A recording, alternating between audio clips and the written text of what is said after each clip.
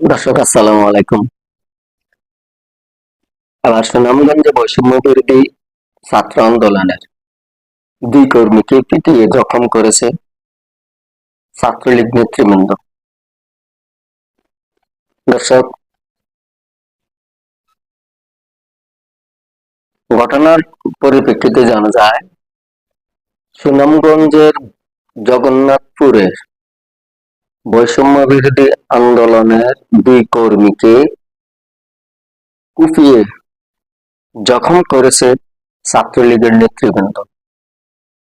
গতকাল 28 এপ্রিল গভীর রাতে উপজেলার সৈয়দপুর সাহাপাড়া ইউনিয়নের সৈয়দপুর বাজার এলাকায় এ হামলার ঘটনা ঘটে। আহতরা হলেন সিলেটের বৈষম্য বিরোধী আন্দোলনের সদস্য সৈয়দপুর হারিকোনা গ্রামের মোহাম্মদ তোয়েন মিয়া এবং একই এলাকার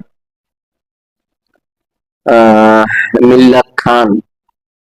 আহতদেরকে উদ্ধার করে সিলেট ওসমানী মেডিকেল কলেজ হাসপাতালে প্রেরণ করা হয়েছে।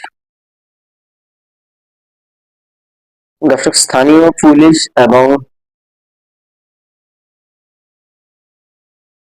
প্রত্যক্ষদর্শীর বিবরণে জানা যায় তারা নদীতে মাছ ধরার জন্য গিয়েছিল। রাত 2টার দিকে সৈয়দপুর গোয়ালগাঁও গ্রামের বাসিন্দা ও ইউনিয়ন ছাত্রলীগের সহ-সভাপতি সৈয়দ জীবান আলী, একই এলাকার ছাত্রলীগ নেতা সৈয়দ তায়েক, কর্মী ওয়ালিউর রহমান ও আসাদুর রহমান তাদের উপর এ হামলা চালায়। এ সময় হামলাকারীরা ধারালো অস্ত্র দিয়ে কুপিয়ে তায়েন ও মিল্লাতকে আহত করে সেখান থেকে পালিয়ে যায়।